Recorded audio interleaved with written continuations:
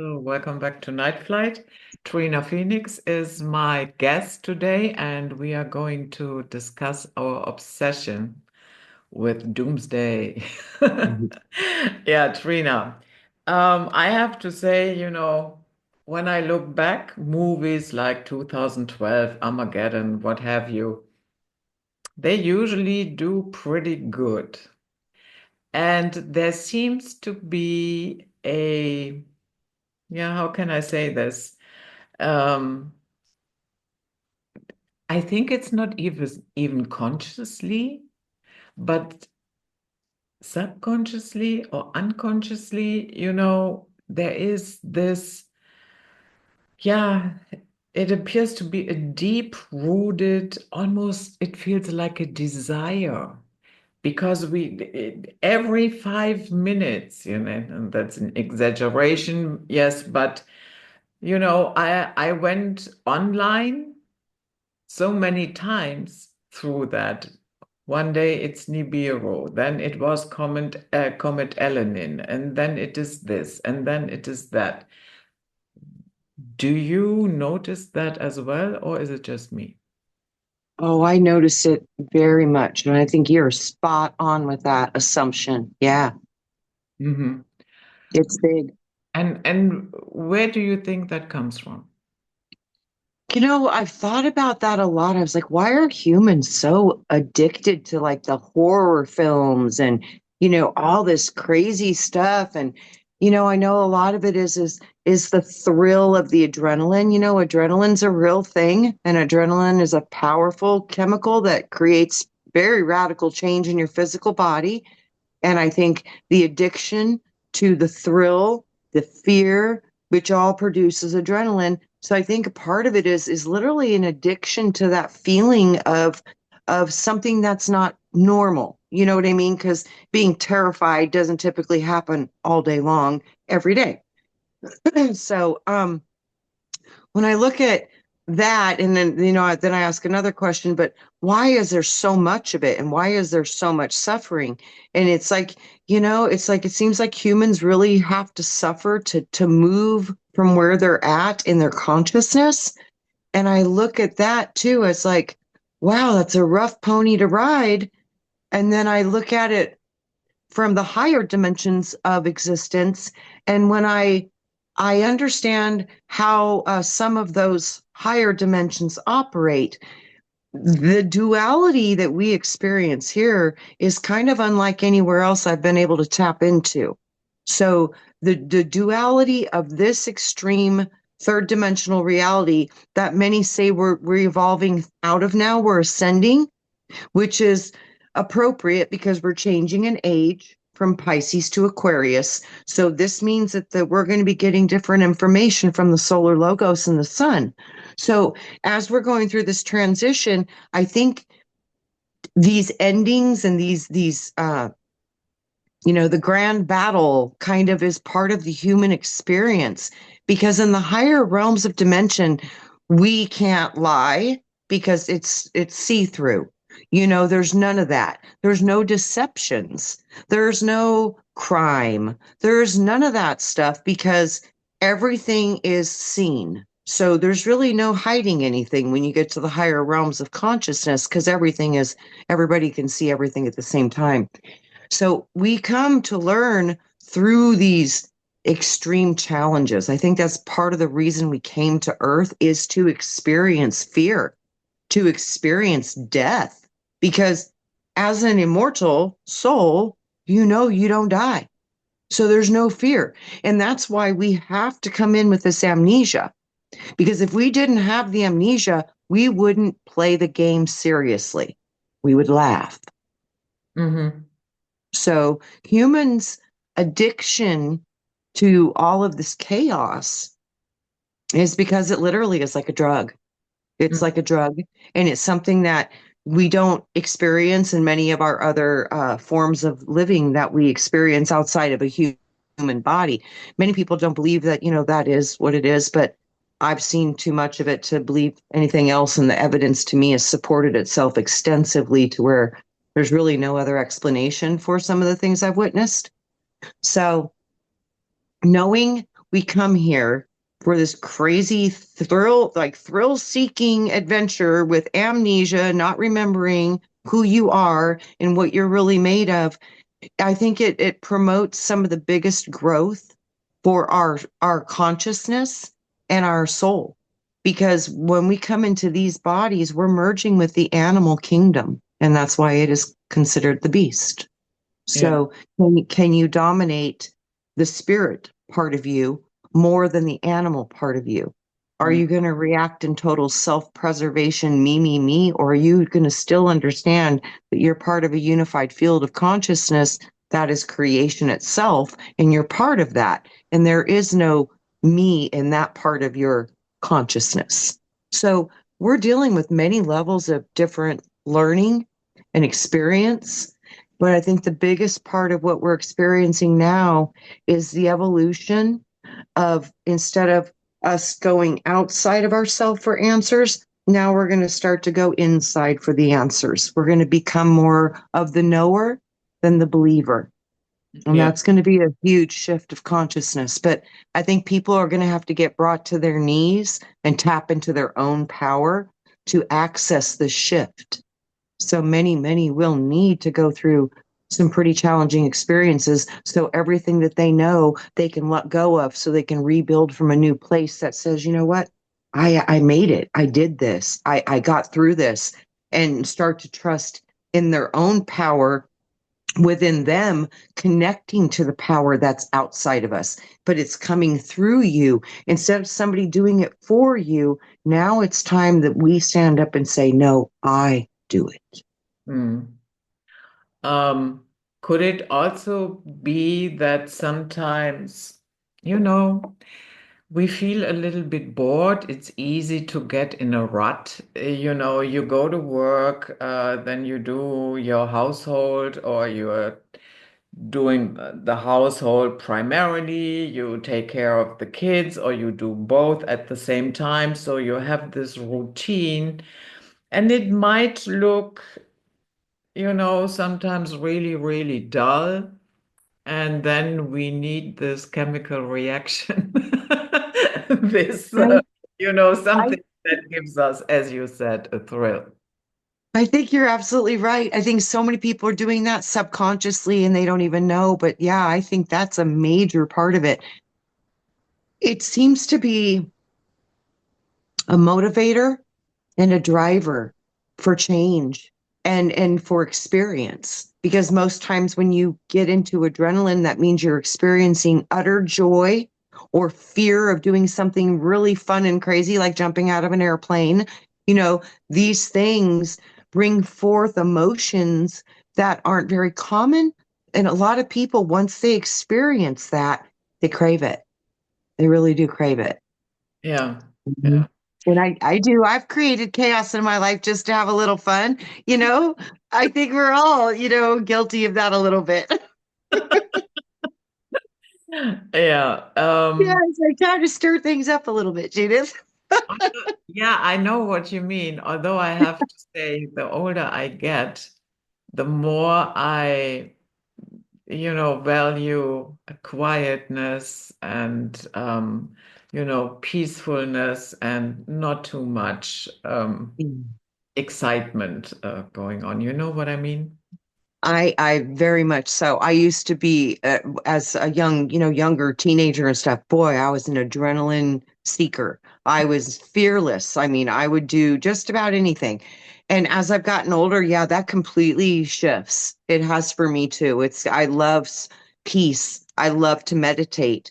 I love to lay down in my bed and just take a nap. I love to take a bath. I love to get into these quiet, still spaces where I can just be with myself. And I used to look for friends and things to do and places to go and people to talk to on the phone. And, you're constantly reaching out. Oh, I want to go to the store and get this and I want to do that. And, you're always out. As I've gotten older, I crave now. I want to go in. I want to go in. I don't want to go out. I want to go in. So, I totally resonate with that. And that's totally true for me. Yeah, yeah. And I Mhm. have to say, sometimes things can really go overboard. I remember In 2011, I guess it was, this huge hype about Comet Elenin. And so somebody on YouTube at that time lectured me that in the comment section that it is called Elenin because it will be an extinction level event. Yeah, okay, so now it's 2024 and here we are. Yep. Uh, and you know that one, yeah, okay, I just brushed it off and thought, yeah, okay.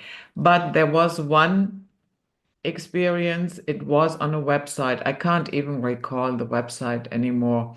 Anyhow, in the comment section, there was an article about Elenin, and somebody actually said she is thinking about voluntarily to exit here before the comet comes along. And then I replied to her and I said, please don't do that. Nobody knows for sure what is coming. We really can't know. And you know, that is a point, you know, when people start thinking about, when the hype gets so big that people start thinking about exiting here, that is too much. It really is. And wow, I've been hearing the statistics of so many people that are choosing that right now, and it's across the board in multiple groups. It's the vets. It's a lot of people that are older and they're not able to afford medications.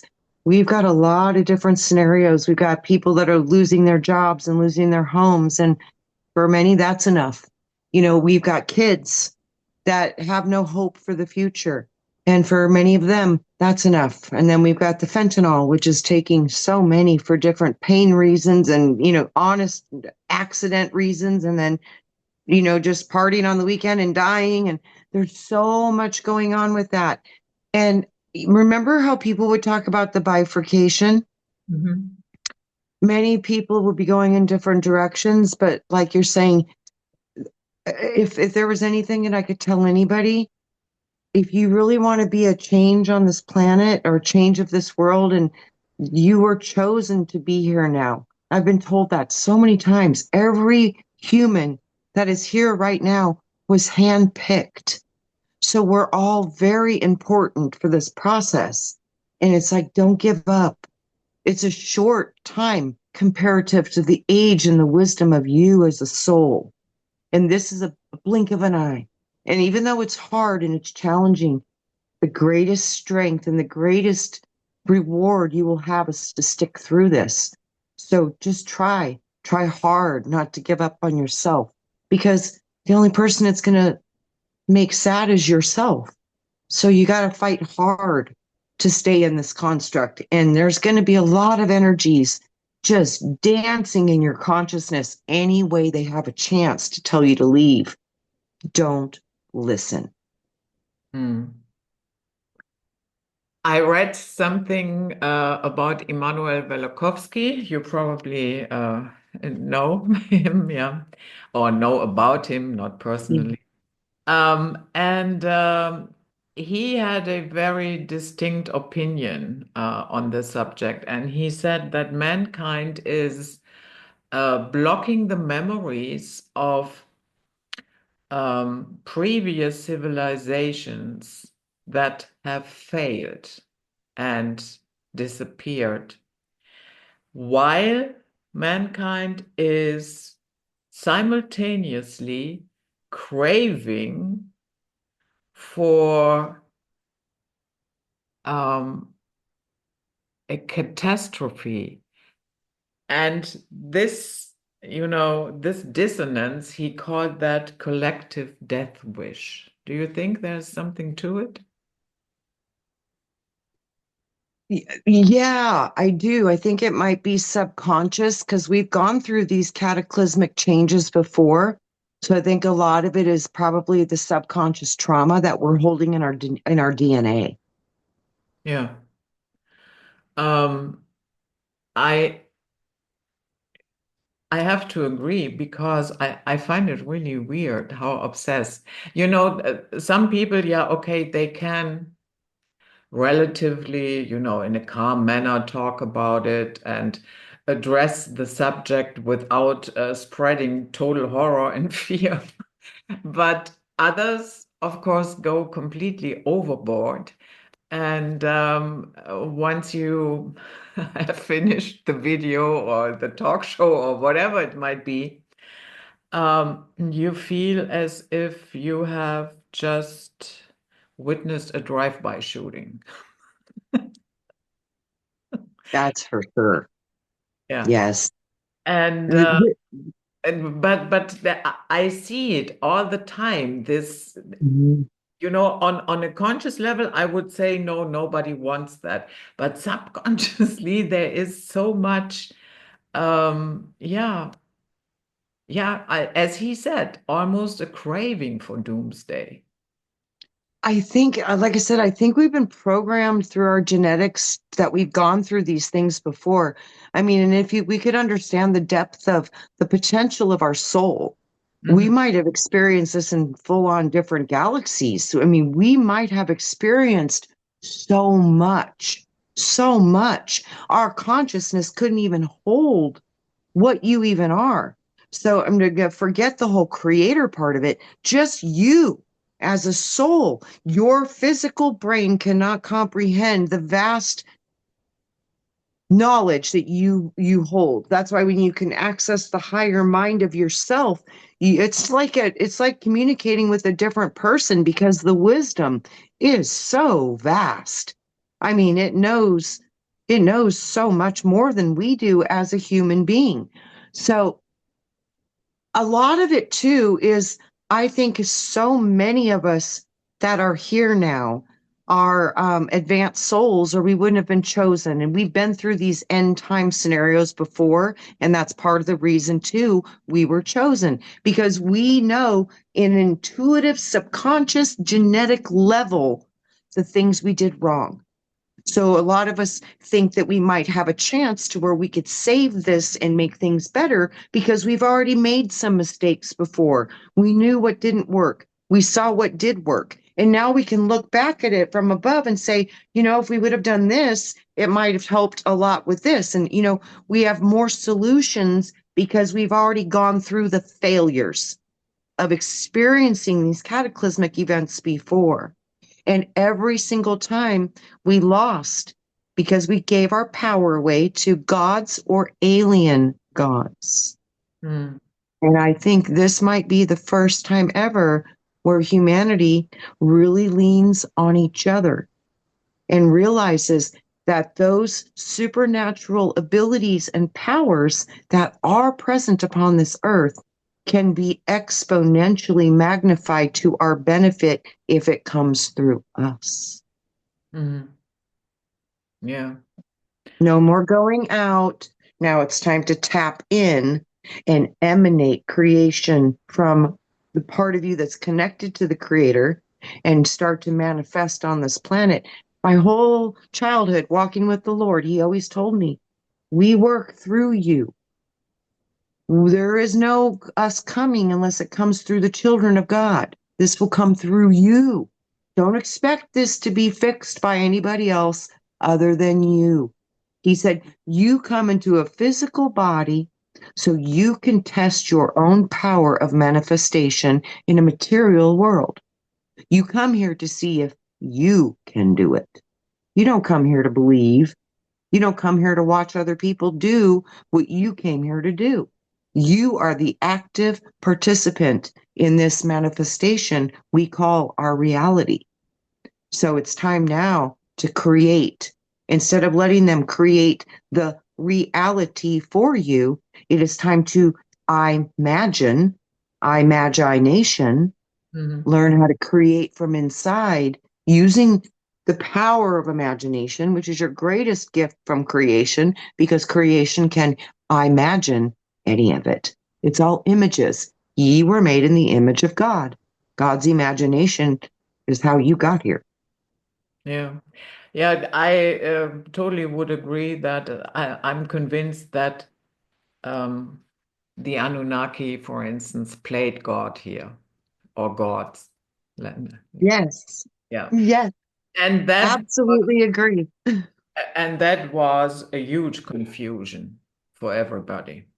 I think that was the whole story of Genesis when the serpent entered into the garden. That's the draconian takeover and the fall of this universal construct, and darkness entered in a very big way.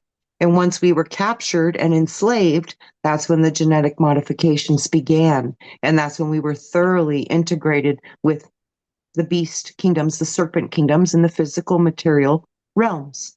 Because I believe we existed before the Great Wars.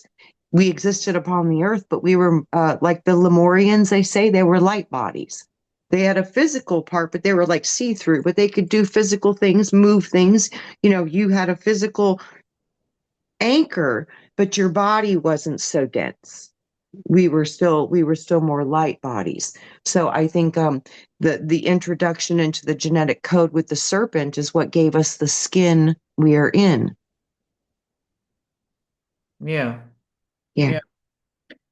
And that was, of course, a big lie. And lies always lead to chaos and destruction. Yeah. Not not Yeah.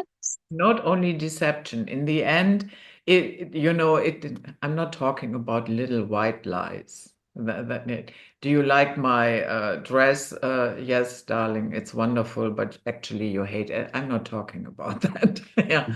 Yeah. But you know what I mean. The big ones. Yeah. Foundational, energetic, solid truths being distorted to use against us. Big Exactly. truths. Yes. For instance, what Absolutely. started in 2020. Chaos Hmm. destruction. Yeah.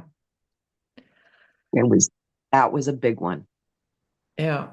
Um, Hmm. and there is another thought that I had along those lines. Is it possible that we secretly believe, not consciously, but that we have the attitude we deserve it? And here is why I say that. Um, whether you subscribe to any religion or not, if you grow up in a certain area, you will be influenced by certain tenets of that religion. Yeah. And here in the Western world and also in the Muslim world, it has this story that you are born and you are bad from the get-go because you inherit this original sin thing. Yeah, you won't find that in Hinduism or in Buddhism, but a Hmm. huge part of the world grows up with the idea, I am bad. Everybody has heard it. Yeah, or whether you believe it doesn't matter. You have heard it. And yeah, you grow up with that. And I personally don't think that that is a healthy game to the gameplay. You know, why would you tell a little child you are bad from the get-go? That is for the development in general, you know, as a human collective, that is not very helpful, I think. No, it's definitely not helpful. It's harmful. Yeah. Yeah. Yeah. And you're right. I think like I said, when we were taken over by these rulers that are, primarily service to self, when we became their servants and their slaves, they need to keep the slaves in line. And they do that through fear. And one of the greatest fears is to think you're unworthy of God's love. So that's the first thing they need to make sure and get you, is to tell you that you were born bad and the only savior is going to be through something else because you can't do it yourself. That's a foundational core building block to keep somebody into servitude. Yeah, exactly. And whether we like it or not, it might have something to do with that we have this weird craving of being punished, because we are allegedly so bad. Yeah, because you think about it, Judith, what do all children do if their parents get a divorce? They blame themselves. It's part of our nature. We always our primal nature is so beautiful. Think about children. They're amazing. They're really amazing, and the world beats us down. But we all started as those beautiful children, and children are super sensitive, and they believe everything that the adults tell them. So when we tell them they're bad, they believe they're bad. When we tell them that they're in trouble because they did bad things, they take that very personally, and they adopt it into their identity. Hmm. And so when we form these children's identity under the precipice that, if God doesn't like you or save you, you're going to go to hell. We teach children these things. This stays with them their entire life. And they are under a fear tactic that they are lesser than, and the people or the leaders that govern them are above them because they're too horrible and they're too weak or too stupid or too inadequate, and that they need to be governed or they needed to be herded, whatever it is because they don't have faith in their own self. And that was the key to make all of this work. And that's starting to fall apart.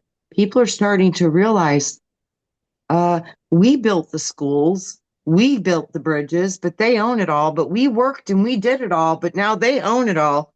They're starting to wake up and realize the true power is we, the people. Hmm. It's not corporations, it's not governments, it's not kings and queens. It's literally the workers, it is the people. Yeah. So I think this is where people are going to, but until these systems fall apart, they're going to think the systems are what make life good for them. Until these things start to crumble, they won't look at their own potential. So I think a lot of this falling apart is to wake us up from the amnesia so we can start to remember what we really come from and what we're really made of.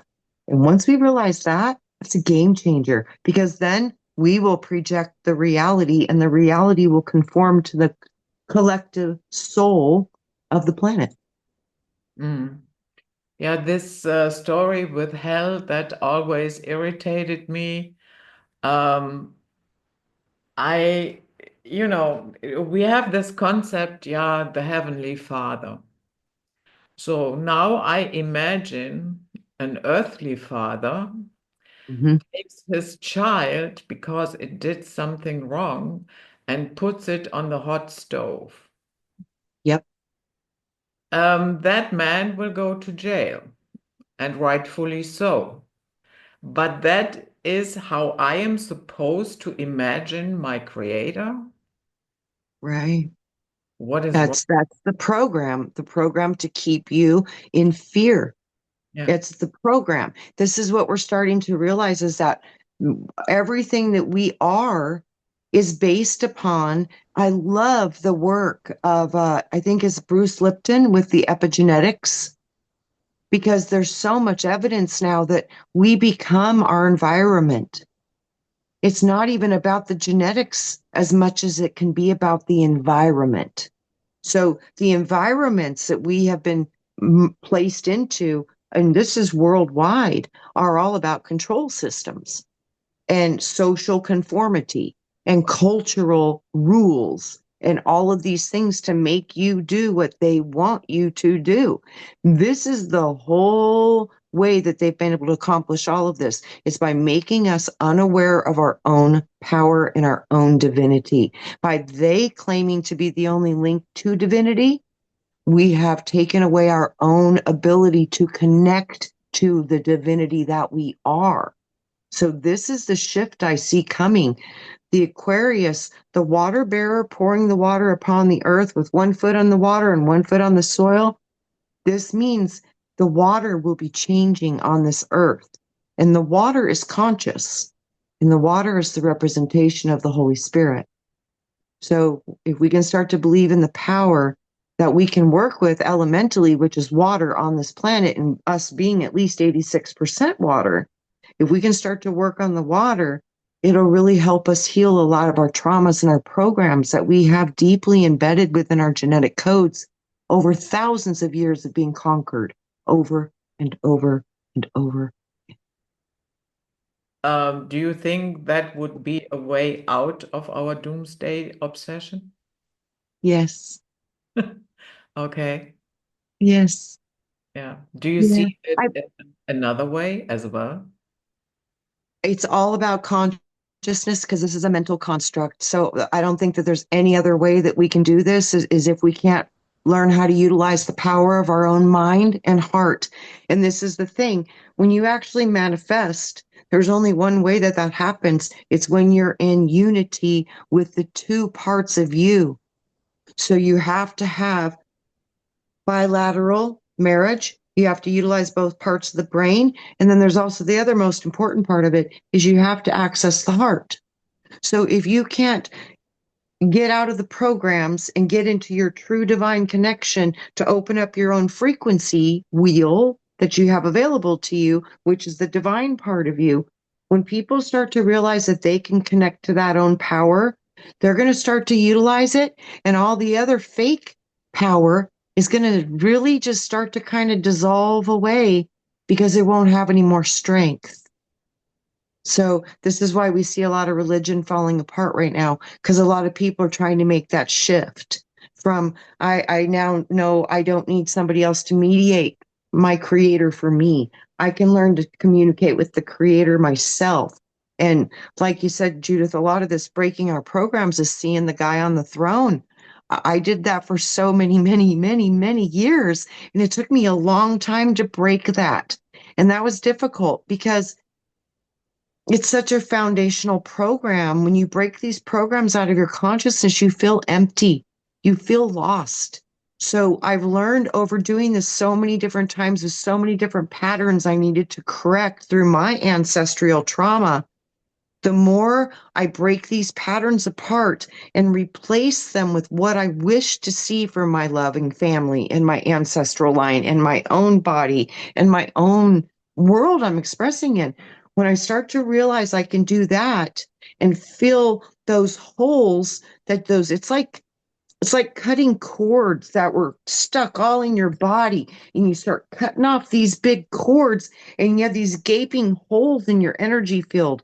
You have to remember when you lose something that's a foundational part of your belief system and you're healing it, you need to remember to fill it back up with something better. So that's the part of this work a lot of people are missing, and they're walking around feeling lost in the desert for longer because they're not realizing, no, these energetic holes are now really real because now it's not feeding you. It's like a hole. So, when you break your mental constructs, you literally have to reroute through the consciousness to a new location. So it's just like if you heal a certain trauma, or you can finally see something about your world that you would like to shift, the fastest way to do that is to acknowledge it and forgive it and love it and see it. How in the world could I ever have benefited from this? Sometimes you got to dig deep, but how did this change my life? How did this move me from point A, point B? You got to start really digging deep. How did this change me? And that's how you can typically find the gift, is because every single time you go through a major, hard, traumatizing point in your life's journey, it always forces you to move. And that's ultimately what your soul is trying to get you to do, is to move closer back into your connection with yourself, to disconnect from the things that are not true, not serving you, and keeping you in loops of your own personal prison because of the constructs of mental that's running in your head. So restructuring that is challenging, but boy, it can be done. And when you do it, and you fill the holes and replace it with something that makes sense and something that makes you bigger instead of smaller, boy, it's monumental. And not only does it heal you, it heals everything you touch and it heals your DNA. And that goes through all of your family lineage. Yeah. Yeah. Thank you for pointing that out. I think that is very important when you break down programming to replace it with something healthy and useful. Yes. Because, there are many, many stories from people that, let's say, they left a very rigid religion or whatever. And as you said, there is a vacuum, but that vacuum is not really accepted by nature. And that is the moment when a stupid cult can catch you because you Yes. not replace it. Yes. And you're looking for a new anchor. And that anchor is yourself. And that's where we get lost because that is so not in our program. It's against what we've been programmed. And these are subconscious programs. These are things that you're not even aware of, just as in the magical beauty of your body. You're not making your heart beat. You're not making your lungs breathe. You don't know how to digest your food. These are all things that the divinity in you knows how to do perfectly. And we have no awareness of this. We don't know how to change proteins into fats and solids. And we don't know how to do any of this. The body knows all of it. It knows every single bit. It knows all of it because it's connected to the divinity that created the physical body. That's a divine aspect, a tool of creation. And when we can realize how divine these little bodies can actually be and how powerful and the tools you can make them and you can forge them to become, this is a game changer. But you can't have any of this till you go through your tower moment and break down all the false beliefs you once held. And like you said, if you do that and you don't replace it with something bigger and better, it causes people to go over the edge and it Mm. causes more harm than good. So be gentle with people who are waking up and be gentle with yourself if you're waking up. And it's very important to really find replacements that fill you with comfort. Find new ways to fill those holes within the mental constructs that you've been existing in your whole life. It's hard. I've done this work. It is rough. It is not easy. It is not fun. But boy, is it worth it. Mm. Yeah. And you see this here, it's autumn now, of course. And yeah, all the flocks of geese are flying south now. Last month, you could see them, huge flocks flying away. Mhm. And they do that every autumn, and in spring, they come back and they have no GPS as we use it. But they totally know now it's time to fly away and now it's time to go back. And it is not their brain capacity, definitely not. Not. It's the power of this construct and the internal hard technology that's inside them with their DNA. And that's what it is. We have hard technology and soft technology. So we're dealing with two aspects, and you can think of the hard technology as the physical body that you can have a conscious awareness of, your consciousness that you're consciously operating from right now. And then you can look at the soft technology as the endocrine system, the chemical compositions, the dark matter, the womb, the subconscious mind. These are all the parts of the soft hardware. So we've got two different hardware systems that we're operating with, and most people have never had any access to their soft technology. And this operates 95% of our reality. So we're going to start getting into the soft technology, which ironically is connected to the arachnia, the spider, and the web. Mm. Can you elaborate on that a little bit? There's a part of the brain, and it literally it has references in some of the ancient writings to the arachnoid and the spider with the web of creation. We've got a web, we've got different layers of this web of this matrix that we were in. We had one web apparently that was quarantining us for thousands of years. That web is breaking down as we go into new solar logos. Like when you shift an age, you're going to get a new web. These webs are the fabric of the soft technology that operates all the things that we couldn't even put in our brain to do, like how a human could do all these different functions, and then they know how to do the functions of the bird, the whale, the tree, the mountain. All those soft technologies all move as we move through these different energies in our zodiac wheel. The zodiac wheel is a map of what we're doing and where we're going and what kind of new energies we're going to be experiencing. And Aquarius is ruled by Saturn. Saturn is, very rule oriented, gives you structure. It's also very humanitarian. It's also very strict. I mean, there's a lot to Saturn in positive and negative aspects, but Aquarius is ruled by Saturn. So the water bearer, this can go both ways. And that's why I see the bifurcation. The consciousness of the individuals will take them to their different layers of their next points of what they see in their new realities. And we're all still together now. Some people have already shifted through the whole, the plague upon the land that happened, that thing that took a lot of people in their different directions. It was kind of a solidifying moment for that choice point. Do you give your power away, or do you choose to trust in your own sovereign power? So this is a lot of what's going on. And this is the major thing that you're being asked for right now. It's like you can enjoy these 3D matrices and go through these suppression systems so you can evolve out of them, because it's for your evolution. It's for you to trust who you are and learn your power. And everybody's going to do this at their own time. So there's no right or wrong. It's all an is. It is an is. But like your consciousness, Judith, you're striving to go into sovereignty. It's all over your field. It's all in your consciousness. It's just where you are. It's where I am. But many will not choose that path, and that's okay.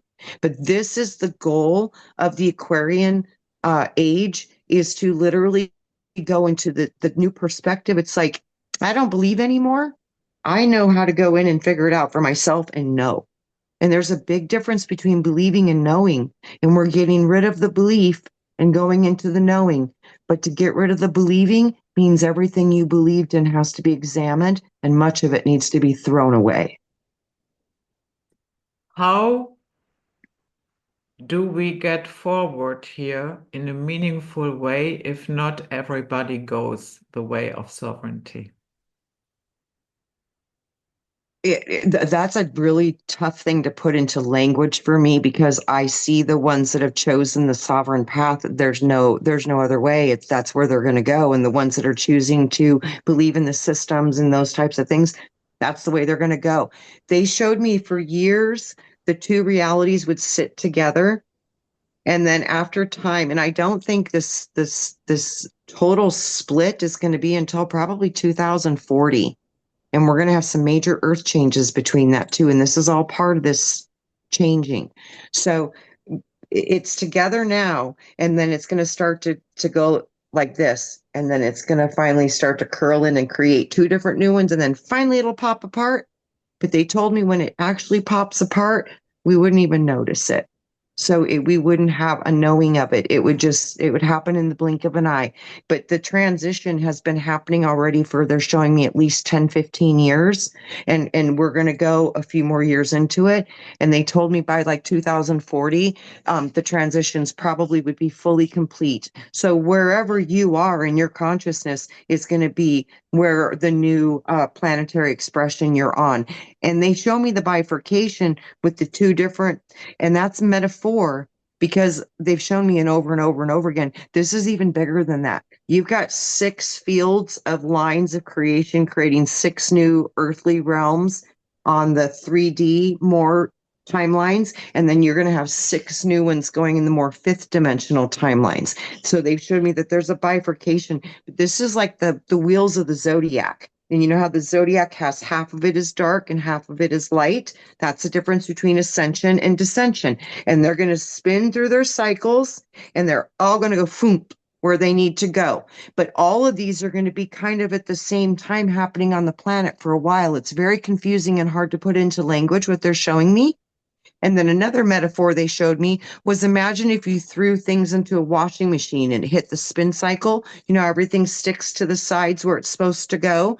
They're kind of showing me that as another metaphor. They're like, once it pops, everything will split and go exactly where they're vibrating, exactly where their consciousness is. So nobody will be going to anywhere that's not right for them. You will go with your vibration. So this is going to be the biggest work that you can do if you want to go into the higher dimensions, is you really got to start working on knowing yourself and trusting your own intuition and stop going outside of yourself. And when you need answers and stay, you have to learn to go inside. Then this is totally opposite of everything we've ever been taught. So it's a huge challenge to shift. But look at you. You've done it. I've done it. Many have done it. So we're doing it. Yeah. What Yeah. do you make of the idea that 5D is not in, that it actually means that the D stands for depth, meaning we are going deeper into the matrix, not out of it. Everything is dual. So both exist. Hmm. So one of them is going to be very much more of a technological, completely giving your power to the technology. That's real. I see that timeline. I really do see that timeline. And then I see the other five dimension, which is full blown organic power, literally learning how to make elements dance in front of you, magic healings, just like the Jesus stuff, all the healings and all that's like be so natural and normal for these beings that are going to choose that path. It's just where they're going with their evolution of their soul. So I see both. I really do. But But it's both. about, are you giving the power away or are you claiming your own power? This is, again, it's the same question over and over again, but it's going in so many different directions. But Mhm. this is what it is. It's about um, self-awareness and being a service to self, I mean, service to others individual. So claiming power, knowing you're powerful, but not abusing it. There's going to be people that come into the power and they're going to abuse the shit out of it. So see, again, dual. You're going to see both expressions coming out of this. This is the way it works here. And while we're going through this, we're going to see a lot of that. A lot of things going into different streams of consciousness from the same root. Mhm. Hmm. Hey, Yeah. you know what just crossed my mind? With we just talked about hell and Mm-hmm. the insanity behind it. And I guess a lot of people rationalize it away by saying, yeah, well, this is God. He is allowed to do whatever he wants. Yeah. So, and you know what? That is exactly what I see governments doing right now. That they try to put themselves in the place of God, and we have to accept any shit they are doing. We've been doing it for thousands of years, Judith, and I think now people are finally waking up. Yeah, but I find that, this time around, it has even a little bit more bite to it. For instance, there was a time, when the peasants were expected to pay, then it was in England, I guess, were to pay 5% taxes. Yeah, and there was a revolt against that. So, and now 5%, that is ridiculous. They are trying to tax you into oblivion. Hmm. Hmm.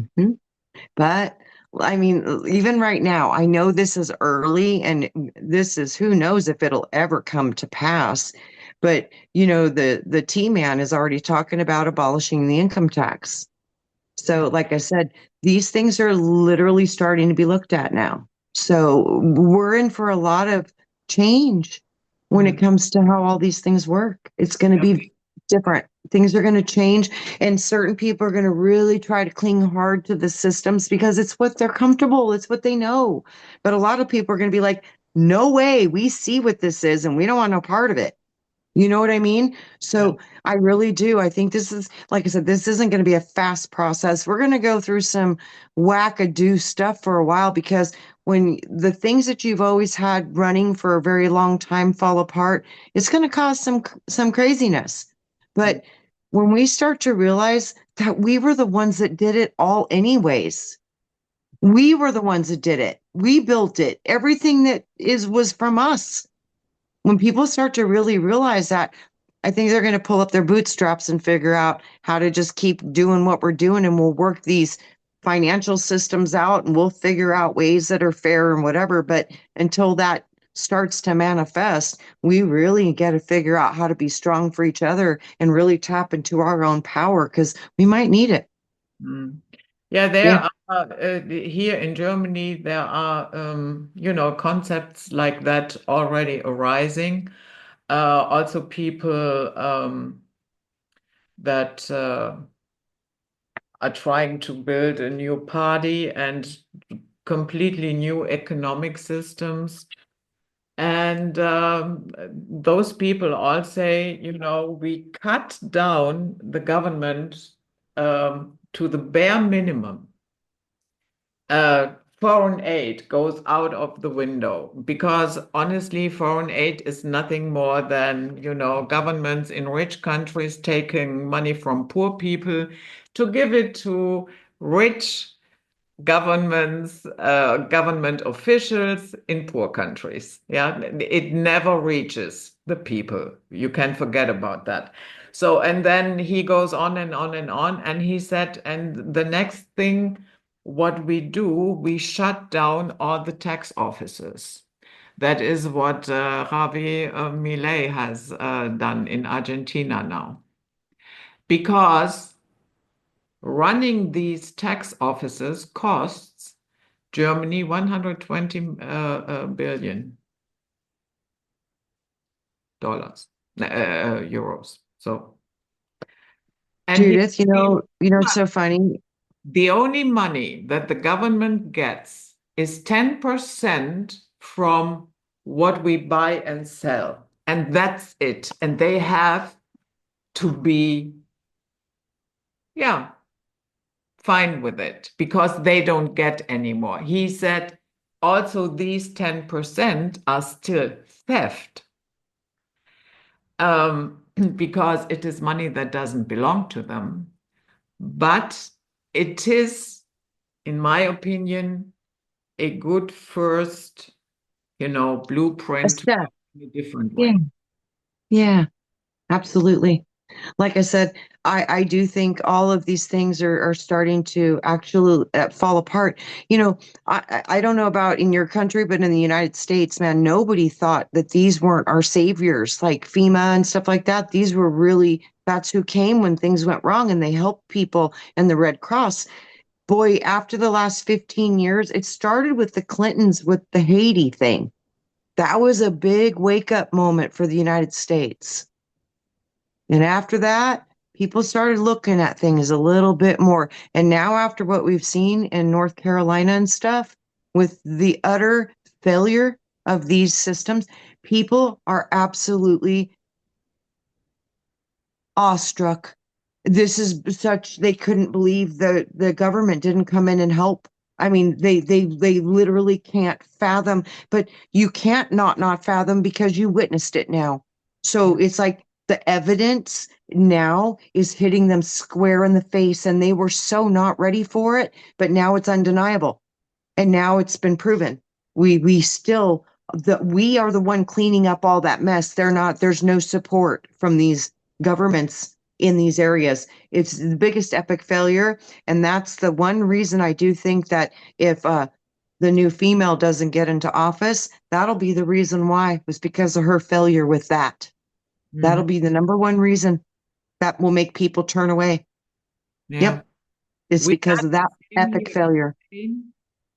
Did you Huh? hear about the flash floods in Spain? Oh, wow. Holy moly, that was horrible.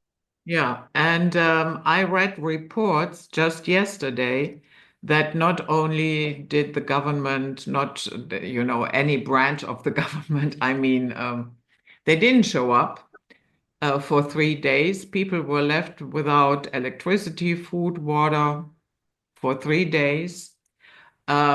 This weekend, Prince Felipe came. They threw mud at him. Hmm. Mhm. And Hmm. I actually read an article that said not only did they not show up, they actively prevented help going there. Yes, it's the same thing we saw in the United States. Yeah, there's a lot of reports. I mean, allegedly, you know, they were stopping people. They were even trying to stop the people from going in and helping their own people. And thank God those people were smart enough to say, "Get out of our way." Hmm. And they went forward anyways. And then they started telling the helicopter people that were using their own private planes, their own private fuel, their own private time. They were telling them, if you land that one more time and start rescuing people, we're going to arrest you. So that didn't go down so well. Then another one of the governors got involved and he said, you get videotape these people. He says, because I'm going to come after them personally. So that kind of settled that down because the other sheriffs got involved in the other counties. They're like, we'll go round these people up. You send us their videotapes, you give us their plate numbers, we'll come and we'll get them. So that helped that out a lot. But no, this is even like the government was literally trying to stop any help. It was more like who gets to control to be the leader, but nobody's doing anything, but we're fighting over who gets to be the leader, but they're not letting any services or help in. So it was a big mess. I mean, a lot of people were very unhappy with what they were seeing and mind blown by what they were seeing. All the bodies were locally retrieved by the veterans. Not even our authorities were doing that horrible thing. So these local people were going in and pulling their local bodies. This Hmm. is too much. This is just such an epic failure. It's too much. Yeah.